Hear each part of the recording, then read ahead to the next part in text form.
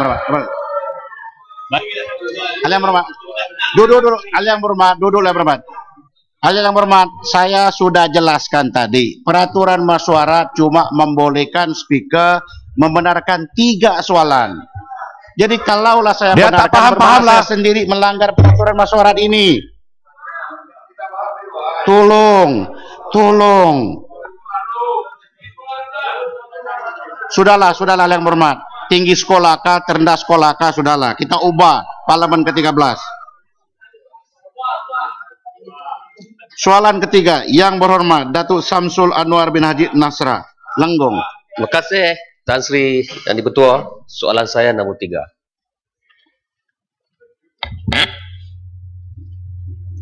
Tuan Yang Di-Ketua, terdapat 4 pertanyaan yang menyentuh tentang langkah Kementerian Pendidikan Malaysia bagi memupuk semangat perpaduan dalam kalangan pelajar. Pertanyaan tersebut ialah daripada Yang Berhormat daripada Lenggong, iaitu pada hari ini, Yang Berhormat daripada Labuan pada 15 Julai, Yang Berhormat Sekijang pada 15 Julai juga, dan juga Yang Berhormat Tenom pada 18 Julai. Oleh kerana isu-isu yang dibangkitkan saling berkaitan, izinkan saya menjawab pertanyaan-pertanyaan itu secara serentak. Sila. Sistem pendidikan yang diamalkan di negara ini sebenarnya tidak hanya memberi tumpuan akademik dan kemahiran semata-mata, tetapi juga memberi tumpuan kepada pemupukan dan pembudayaan nilai-nilai murni dalam kalangan murid sekolah dan juga pelajar di pusat pengajian tinggi yang digubal berlandaskan prinsip-prinsip rukun negara. Di peringkat sekolah, pemupukan dan pembudayaan nilai-nilai murni dilaksanakan melalui konsep merentas kurikulum dalam semua mata pelajaran yang diajar, aktiviti kurikulum dan program integrasi murid untuk perpaduan ataupun remove. Manakala di peringkat pengajian tinggi pula, pelajar diwajibkan mengambil mata pelajaran tamadun Islam dan tamadun Asia serta hubungan etnik. Di samping itu, program yang bersesuaian juga disediakan sebagai platform bagi membincangkan pelbagai perkara termasuk isu pengukuhan pembangunan dan perpaduan negara seperti Majlis Perundingan Pelajar Kebangsaan yang dipengerusikan sendiri oleh Yang Berhormat Timbalan Perdana Menteri. Ini bertujuan untuk menyediakan modal insan yang mempunyai jati diri yang utuh, cinta kepada negara, mengamalkan nilai-nilai murni dan saling hormat-menghormati sebagai rakyat Malaysia dalam masyarakat majmuk. Untuk makluman YB Lenggong, YB Labuan, YB Tenom, di bawah anjakan ketiga Pelan Pembangunan Pendidikan Malaysia, beberapa strategi telah dirangka bagi mencapai matlamat untuk melahirkan masyarakat harmonis, iaitu melalui memperkukuhkan pendidikan sivik dengan menjadikan khidmat komuniti sebagai prasyarat untuk tamat persekolahan menjelang 2017. Kedua, memperkukuhkan pendidikan Islam dan moral dengan memberi fokus ke atas nilai dan falsafah agama menjelang 2017. Ketiga, memperkembangkan murid secara holistik dengan mengukuhkan keperluan dan penyertaan murid dalam aktiviti sukan, kelab dan juga badan beruniform. Dan keempat, mengukuh dan memperluaskan rancangan integrasi murid untuk perpaduan mulai 2016 bagi menyediakan platform interaksi antara jenis sekolah, kumpulan etnik dan juga latar belakang sosioekonomi. Seterusnya bagi merealisasikan aspirasi dan pelan pembangunan pendidikan, beberapa inisiatif antaranya ialah membangunkan instrumen dan juga kajian, meneruskan pengukuhan aktiviti co-curriculum yang saya katakan tadi. Yang Di-Pertua, KPM juga mengambil langkah-langkah untuk meningkat sasiah dan jati diri di antaranya menjadikan mata pelajaran sejarah sebagai mata pelajaran wajib lulus di SPM pada tahun ini, mewujudkan jawatankuasa induk perpaduan, mewujudkan sekretariat perpaduan murid. Dan untuk soalan daripada Yang Berhormat Lenggong, Sekejap dan Yang Berhormat Tenom, Sekolah wawasan yang diilhamkan oleh kerajaan merupakan wadah terbaik untuk mewujudkan perpaduan kaum bermula di peringkat persekolahan. Dengan adanya konsep sekolah wawasan, KPM yakin kejayaan integrasi kaum boleh direalisasikan menerusi pelbagai aktiviti yang dilaksanakan secara bersama. Saya berkeyakinan bahawa pendidikan yang kita amalkan sekarang mampu menjadi wadah perpaduan antara kaum di negara ini tanpa mengira fahaman politik, latar belakang sosioekonomi, pendidikan, agama dan bangsa.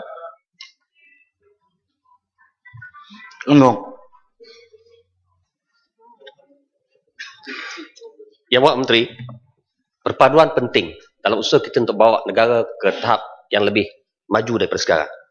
Dan kita lihat hari ini, golongan remaja khususnya di pusat-pusat pengajian tinggi adalah kumpulan yang perlu diberikan tumpuan kerana mereka adalah masa depan negara. Dalam usaha kerajaan untuk menanam semangat perpaduan di kalangan pelajar universiti, saya mohon untuk kerajaan memperincikan apakah program dibuat. Pertama. Yang keduanya, apakah tahap perpaduan di kalangan pelajar-pelajar universiti? Apakah baik, tidak baik atau membimbangkan? Mohon jawapan Menteri. Terima kasih.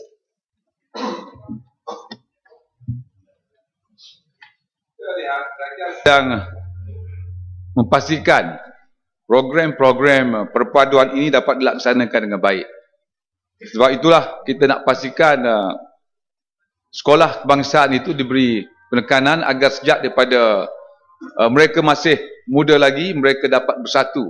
Sebab itulah kita lihat sekolah wawasan itu diberi penekanan agar banyak lagi sekolah-sekolah dapat bersatu di mana fasiliti itu dapat digabungkan, disekalikan agar mereka apabila mereka besar nanti, mereka masuk ke IPT nanti, mereka boleh memahami sikap-sikap perpaduan di kalangan kaum. Sila, Yang Berhormat. Tuan Yang Pertua, saya melihat perpaduan mengenai pendidikan ini masih lagi menimbulkan kebimbangan kepada kita sehingga kepada hari ini. Walaupun kita melihat gesaan ini sebenarnya telah pun disuarakan dalam Penyata Razak sejak tahun 1956 yang lalu, yang akhirnya diangkat sebagai ordinan pelajaran tahun 1957. Saya melihat sejak tahun 2008 terdapat suara-suara yang dikemukakan kepada kita untuk menghapuskan sekolah vernakular. Jadi hasrat ini baru-baru ini telah disuarakan oleh pihak NGO dan saya lihat ditentang dan dibantah oleh kepimpinan komponen Barisan Nasional. Persoalannya ialah apakah sebenarnya pendirian pihak kerajaan terhadap penubuhan dan juga perkembangan sekolah vernakular dalam negara kita ini. Adakah penubuhan sekolah vernakular ini adalah merupakan satu yang menjadi penghalang utama kepada sekolah wawasan yang dihasratkan oleh pihak kerajaan? Terima kasih.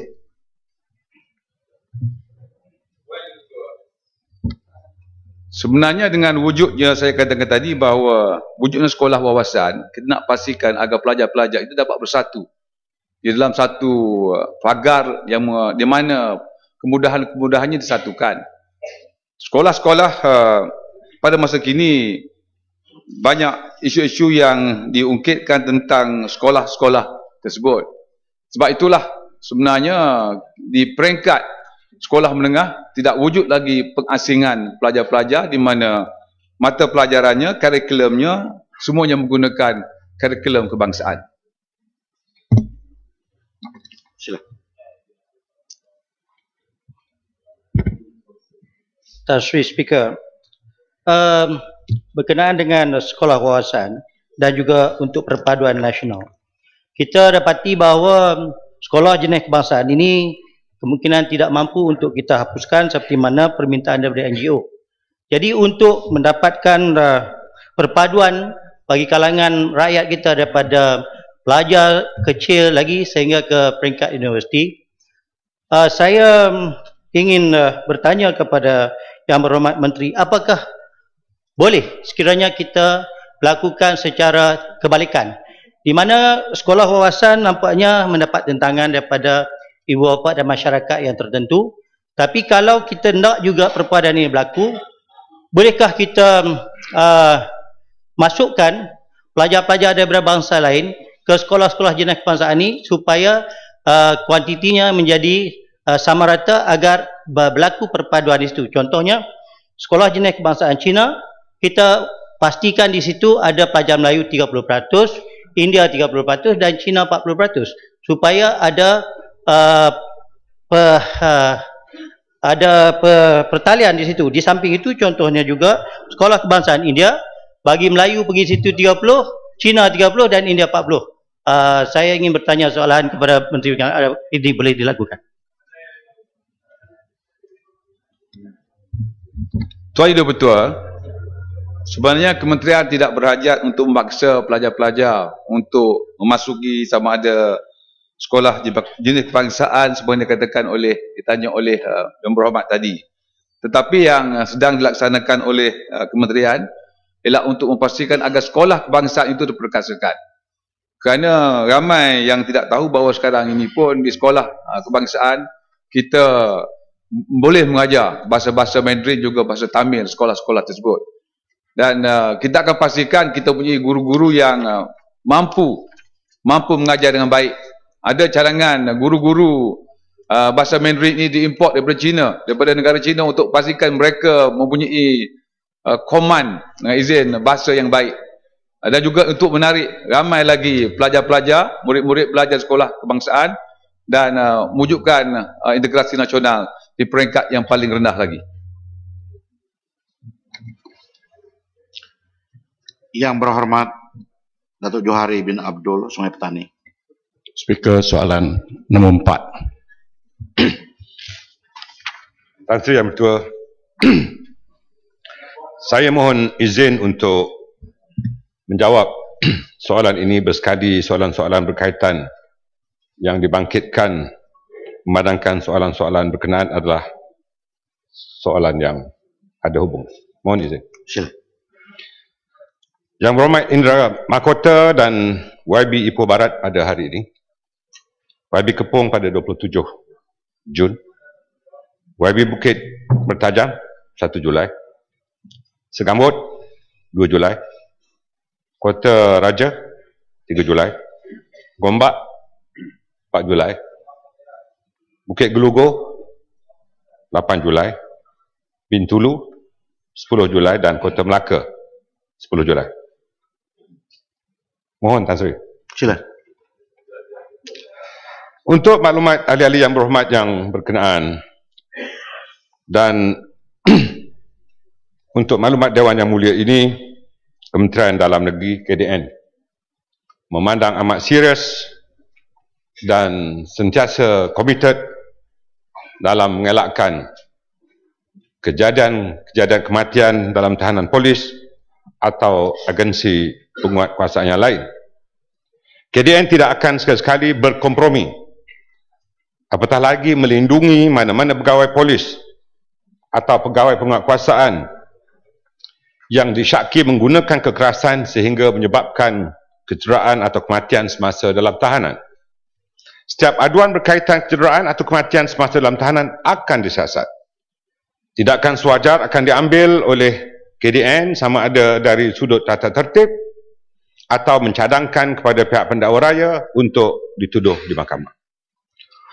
Untuk maklumat, ahli-ahli Dewan Yang Mulia ini sebanyak 231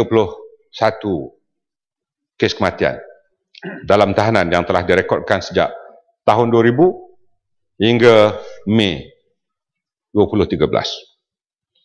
Berdasarkan statistik dari tahun 2000 hingga Mei tahun ini, sebab-sebab kematian. Sebanyak 196 kematian disebabkan oleh penyakit. Antaranya HIV, asma, sakit jantung dan sebagainya. 29 kematian disebabkan oleh gantung diri. 2 kematian disebabkan oleh pergaduhan sesama sendiri. 2 kematian tergelincir dalam lokap. 2 kematian dicederakan oleh polis. Statistik kematian ikut kaum adalah 97 Melayu, 47 minta maaf 49 Cina, 51 India, 25 melibatkan warga asing dan 9 daripada lain-lain bangsa. Dalam aspek pengurusan di lokap polis, peraturan yang digunakan adalah berdasarkan pada kaedah-kaedah lokap 1958 atau lokap rules 1958, perintah tetap Ketua Polis Negara atau IGP Standing Order dan perintah tetap Ketua Polis Daerah. Bagi memantapkan lagi pengurusan tahanan dan mengelakkan kes kematian, selain pada sistem CCTV yang telah dipasang di lokap polis, kerajaan pada dasarnya telah bersetuju untuk menubuhkan Mahkamah Coroner bagi menyiasat kes-kes kematian dalam tahanan yang melibatkan semua agensi penguatkuasaan di negara ini. Begitu juga kita telah menubuhkan jawatan kuasa oleh PDRM yang diperuskan oleh IGP sendiri untuk mengkaji semula dengan terperinci segala peraturan dan standard operation procedure atau SOP berkaitan dengan pengurusan lokap dari aspek kemudahan rawatan kesihatan dan lain-lain yang berkaitan dengan orang awam. Di samping itu, kerajaan juga telah mengadakan lokap tahanan yang berpusat. Terima kasih, Tan Sri. Sila Sungai Petani. Terima kasih, Tan Sri Speaker. Sementara kita ucap terima kasih kepada mereka yang pegawai polis dan anggota yang tidak terlibat dan baik jalankan tugas. Namun, kes-kes kematian dan lokap ni seperti yang dikatakan oleh Menteri bukanlah baru. Malah saya ingat lagi, kalau semua juga ingat, Ketua Mangkang sendiri pada 20 September 1998 pun dia belasah dalam lokap oleh bukan korporal tapi oleh IGP. Soalan tambahan saya ialah, melihat keadaan ini, adakah kerajaan bercadang untuk meneliti semula saranan dan cadangan dari RCI yang dipusikan oleh Tun Muhammad Zaidin agar Independent Police Complaints and Misconduct Commission IPCMC itu diwujudkan? Kerana Tun Zaidin dan juga seluruh jawatan kuasa telah pun melihat bahawa ini yang lebih efektif untuk bukan saja mengawal tetapi juga memastikan nasihat-nasihat mereka terus ke pihak-pihak atasan dan diambil tindakan yang serta-merta daripada melihat kepada cadangan-cadangan yang telah pun diputuskan oleh kerajaan seperti menubuhkan EAIC. Apa pandangan Menteri tentang itu? Sungai Petani, kerajaan amat perhatian sebagaimana yang terdapat keperhatinannya di kalangan ahli-ahli Parlimen Pembangkang. Biarpun IPCMC dicadangkan sebagai sebuah badan untuk melakukan penyiasatan dan penambahbaikan secara spesifik, tetapi siap Suruhanjaya Integriti Agensi Penguatkuasaan telah dibadankan dan diterima di Dewan Yang Mulia ini. Kenapa IPCMC ditolak? Kerana terdapat berlaku pertindih di dalam cadangan yang dibuat oleh IPCMC. Saya ambil contoh umpamanya fungsi dari segi siasatan dan pendakwaan. Contohnya yang berkaitan dengan SPRM umpamanya atau rasuah. Perkara itu ada di dalam SPRM. Begitu juga ianya tidak selaras dengan Extra Territorial Offence Act 1976. Kerana kesalahan di bawah IPCMC tidak termasuk dalam jadual Extraterritorial Offence Act 1976 dan juga Seksyen 127A Kanun Tata Cara Jenayah. Begitu juga IPCMC berkuasa untuk menyiasat salah laku seseorang pegawai polis termasuk salah laku yang dilakukan sebelum IPCMC diwujudkan. Oleh yang demikian, pertindihan ini bertentangan dengan perkara 7 dalam Perlembagaan Persekutuan di mana seseorang tidak boleh dihukum untuk sesuatu perbuatan yang tidak menjadi kesalahan ketika perbuatan itu dilakukan. Jadi dalam kali ini kami telah mempertimbangkan dengan sewajarnya, maka apa yang telah diterima pakai melalui SYAP adalah lebih baik kerana ianya juga meliputi agensi-agensi penguatkuasaan yang lain. Betul. Terima kasih Tan Sri Yang Di-Pertua. Yang berhormat Menteri, masalahnya kes begini bukan lagi isolate case, tetapi makin banyak berlaku dan menimbulkan kemarahan rakyat atau waris yang terlibat, setengahnya hampir menjadi isu perkauman. Soalan tambahan, apakah tindakan kementerian, khususnya Menteri dan IGP baru, untuk melihat masalah ini dan langkah-langkah yang diambil untuk menghapuskan oleh pihak kementerian persepsi perkauman ini? Sekian, terima kasih. Terima kasih, Bintulu. Persepsi perkauman adalah persepsi yang harus diuruskan dengan baik. Saya telah menyatakan tadi bahawa orang-orang Melayu yang ditahan itu lebih ramai meninggal berbanding dengan orang Cina dan orang India. Tetapi saya ingin memberikan jaminan dari segi langkah-langkah yang kita lakukan, tindakan-tindakan yang akan kita lakukan. Dari hasil siasatan, saya telah nyatakan di Dewan Yang Mulia ini bahawa kematian yang disyaki disebabkan oleh perbuatan pegawai atau anggota polis hanya 2. Yang lain-lain adalah disebabkan oleh kematian-kematian berakibat daripada penyakit yang ada pada mereka. Di dalam hal ini, saya minta ahli-ahli yang berhormat, sama ada di pihak kerajaan atau pihak pembangkang, persepsi ini harus diubah. Kerana 197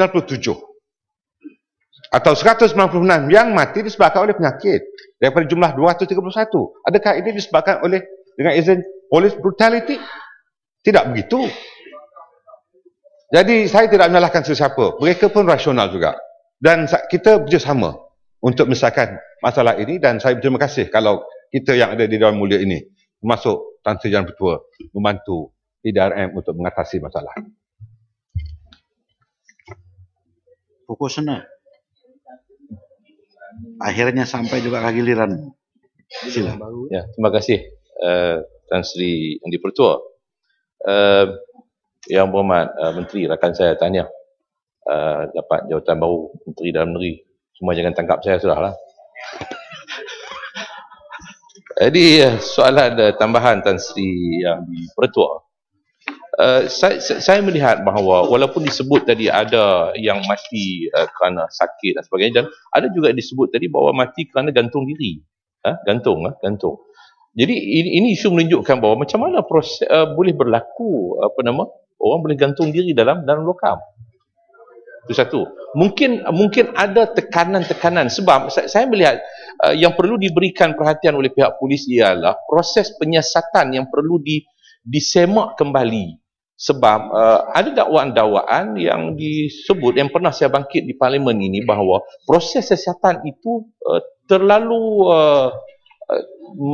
sehingga menyebabkan berlaku memukul, sehingga menyentuh soal fizikal, sehingga menyebabkan berlaku kematian. Ini bukan saja kepada orang politik, termasuk juga kepada orang-orang lain. Sebab saya juga pernah berada dalam satu penjara bersama dengan beberapa orang pegawai polis yang didakwa, dan mereka mengakui bahawa arahan daripada pegawai atasan untuk memukul, tetapi akhirnya bila berlaku kematian, maka pegawai rendah itulah yang dikambing hitamkan. Jadi maknanya ini perlu kepada siasatan. Kalau masuk penjara ni orang jahat yang kedua, Tan Sri Speaker, dia masuk penjara. Menteri tadi mengatakan bahawa berlaku ini pertindihan.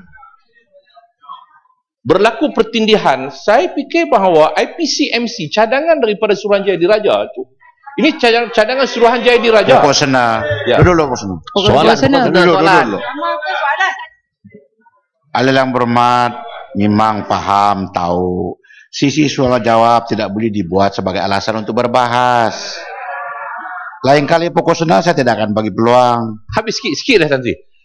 Sikit tapi soalan. Ya, okey. Sila. IPCMC itu telah dicadangkan lebih awal daripada kewujudan SIAP. SIAP itu baru SIAP. SIAP itu baru SIAP. Cadangan penubuhan IPCMC itu melalui Suruhanjaya Diraja telah pun lama, lebih dahulu daripada SIAP. Jadi tak wujud pertindihan. Sepatutnya bahawa kalau kerajaan telah pun ada komitmen lebih awal daripada SIAP untuk buat IPCMC, saya percaya bahawa IPCMC dululah yang lebih siap.